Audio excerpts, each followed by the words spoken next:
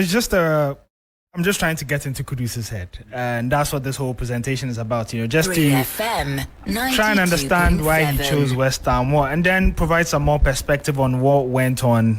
I remember my thoughts don't represent that of Mohammed Kudus's. It's just more of conjecture. And so let's head straight into it, where the main reason why we're here today is to answer the question: is West Ham the ideal destination for Mohammed Kudus? I'm sure when he was tearing the World Cup apart for the Black Stars a few months ago, a lot of people would have thought that the next big move for Kudus would be to a great club, a big club. No disrespect to West Ham, they're a fantastic club, but maybe a lot of people thought Kudus would move to a tier 1 club. I'm speaking of Barcelona, Real Madrid, Manchester United, Liverpool, etc. But this also happened. And so after a good World Cup and a very good season with Ajax, what we did witness was that at the early part of the transfer window, Chelsea and Arsenal expressed their interest in the Ghanaian. But there was no real follow-up, and the deal never really substantiated. And so the two of them sort of cooled off with their interest in Kudus. Now, what happened was that in July, Brighton agreed a fee with Ajax. Now, Kudus himself had made it clear that he wanted to leave the club, wasn't willing to extend his contract, which was ending in less than 2 years. And so what we did know was that Kudus was going to leave at the end of the transfer window. Now, Brighton came in, their fee was accepted, and it was widely reported that personal terms couldn't be agreed. And the most reported story was the fact that it was a release clause that Ajax, Kudus and his team were demanding, which I did a bit of research on, and I can confirm that that is completely false.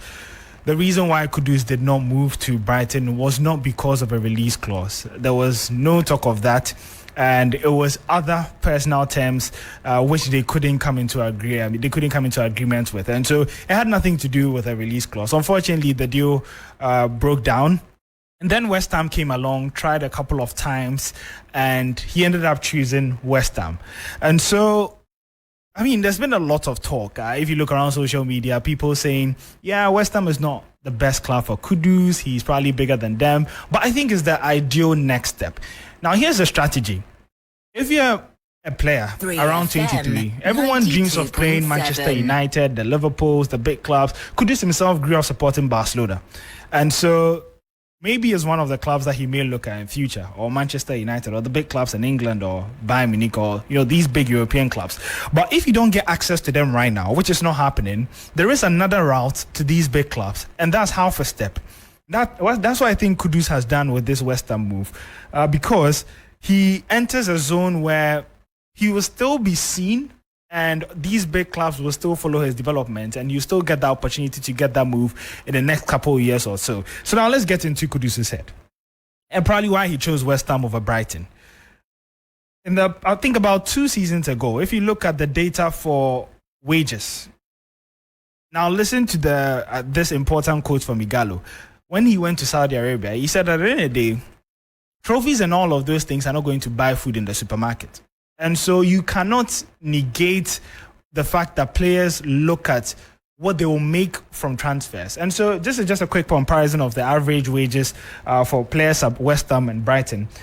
Just to point our heads up, this data is from 2 seasons ago. And so the average salary at West Ham was close to twice as much as what people at Brighton, players at Brighton were earning.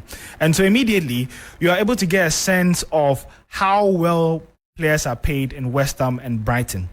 Now, if you look at it comparatively, Brighton were the 3rd lowest paying side in the Premier League 2 years ago. At the same time, West Ham were the 9th, and so they were in the top 10 in terms of paying their players well. Just to give you an idea, Mohammed Kudus's fee is about 40 million. That would make him the 2nd most expensive West Ham signing in history. And so you can get an idea or clue as to how much Kudus would be making. He wouldn't make what the average would be making because he is close to being a record signing, and so he would earn a lot more. But even if he was earning the average, tell you what, it's twice what he was earning at Ajax. And so for a 23-year-old, that's good money, and that's definitely something that he would consider going forward. But even beyond the money, You're looking at a West Ham team who have a lot of heritage, a lot of history, a lot of prestige. They recently won the Conference League, making it 4 European trophies that they've won in their history. They've been in existence since the 1890s. And you look at performances, and what a lot of people forget is that there's that recency bias. West Ham had a bad season last time round, in and around the relegation spot for most parts, but they still ended up 14th. And the interesting thing is that if you look at their last 10 seasons since they gained promotion, 5 out of those 10 seasons, they finished in the top 7. They finished in the top half, my bad. And so 5 out of those 10 seasons, they finished in the top half. That's the top 10 of the league. And then on 3 occasions, they've actually finished in the top 7. And so this is a West Ham side where, if you're looking at extended data, they've performed really well in the Premier League. And they've had stints and opportunities to even get to Europe. This time around, they're in the Europa League because they won the Conference League. Now, how does Kudus slot into this West Ham team? To answer that, you need to understand how West Ham play. And if you wanted that in one match, a video to show how West Ham play, you just have to rewatch the game against Brighton over the weekend. That's David Moyes for you. It's prime counter-attacking football. When he had the whole league on strings, if you look back at somewhere around the 2021-2022 seasons, where David Moyes finished in the top 7, West Ham were really good in that season. They scored the most number of goals from counter-attacks. And so that was somewhere around 7 goals that they scored from counter-attacks that season. That was the most by any team. And so we can establish that West Ham under Moyes thrive in counter-attacking situations. And it's not surprising to see that Moyes is trying to revisit that formula, where this season they've already got 2 goals from the counter-attack, and that's the most by any team so far this season, although the sample size is really small this time around. But you look at someone like Kudus, where in the last 2 seasons where he's had some majority or a lot of his play time, you're looking at progressive carries. So that's basically, Kudus moving with the ball forward. And that's something that he does really well. Last season, he had 66, progressive carries, was ranked 5th in the Ajax team, and 37th in the whole league. And it's one of his standout key areas because even this season, which just recently started, he ranks number 1 for Ajax and then 6th in the Eredivisie for progressive carries. And so in this system, I think it would bring the best out of him. Now, it's in a comparative case once again because Brighton play some really good football. Kudus probably would do well there, but I think that in Brighton, he would thrive within a unit.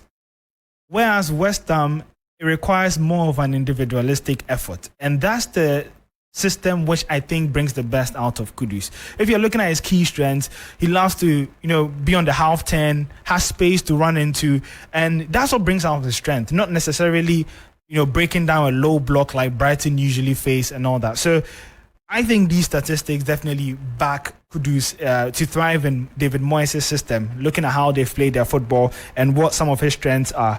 And also, one of the key things that are very, very essential in a counter-attacking system is your ability to be able to dribble past opponents, because that's the whole point. You're running at top speed, you're meeting defenders, and you have to be fast in how you think. And Kudus excels really well at that. In the last Eredivisie season, he had 91 take-ons. That was the most by any player. If you actually look at the top 7 leagues in Europe, only Messi and Vinicius had more take-ons than him.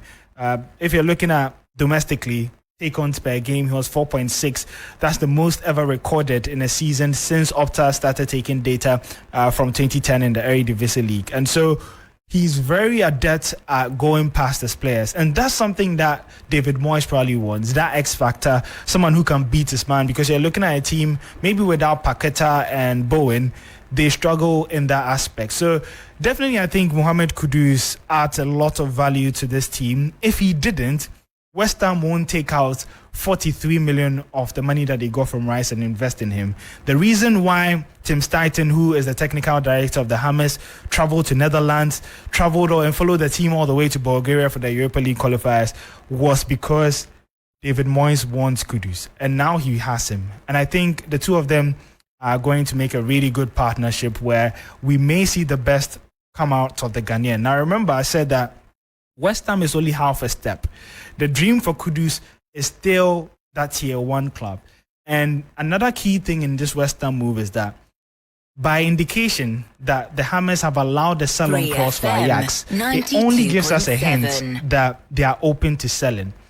And that stance on its own is probably better than what you'd have seen at Brighton, who are a bit more difficult to negotiate with. And so I'm sure all parties in the deal know that Kudus will not be spending the 5 years that he has signed at West Ham. He will probably be moving on to a bigger club soon. He still has the privilege of playing in London, playing at a very big stadium at the London Stadium. He's still playing in the Premier League, which is the most watched league in the world. So I think this move ticks all the boxes, and the most important thing is that Kudus remains fit and continues to perform well. And once he does, I think West Ham would become the platform, like we've seen with Declan Rice, that Kudus uses to move on to the next level.